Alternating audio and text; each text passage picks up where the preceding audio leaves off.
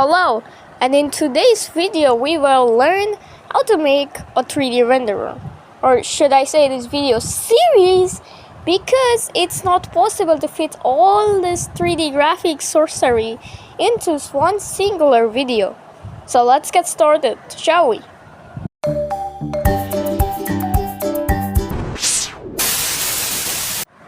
So the first problem we have to tackle is to take a 3D object and smash it onto a 2D screen.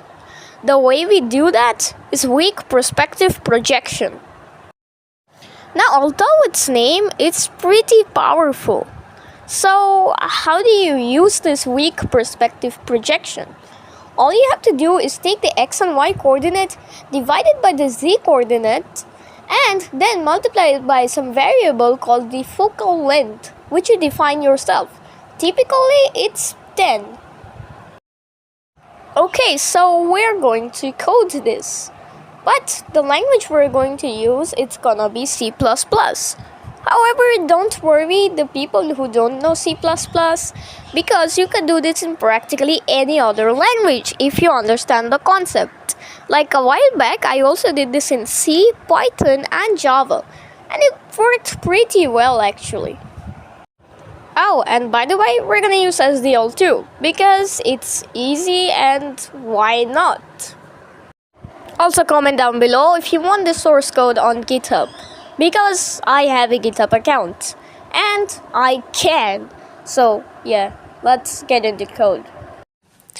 Okay, so let's look at the result now.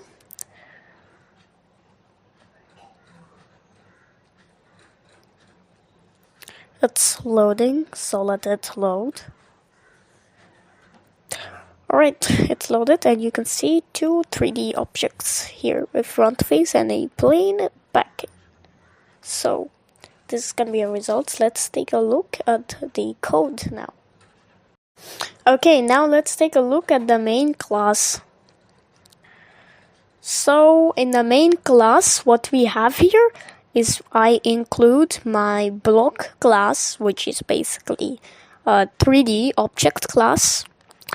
And then I include STL. And then I go to make a STL window and a STL renderer so I can render pixels. Then I have my 3D object vertices in here. Then I actually define my 3D objects.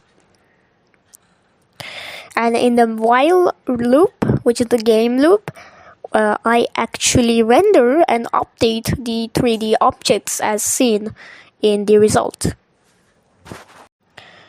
Okay, let's now look at the 3D objects class. So in here, in a while loop, I convert the vertices into 2D and then I render them using STL lines. So you can see the code here. I also added a check to see if there are 3 vertices for a polygon. Okay, now let's go into the perspective class and see what we find. Of course, we use weak perspective projection here as I discussed earlier.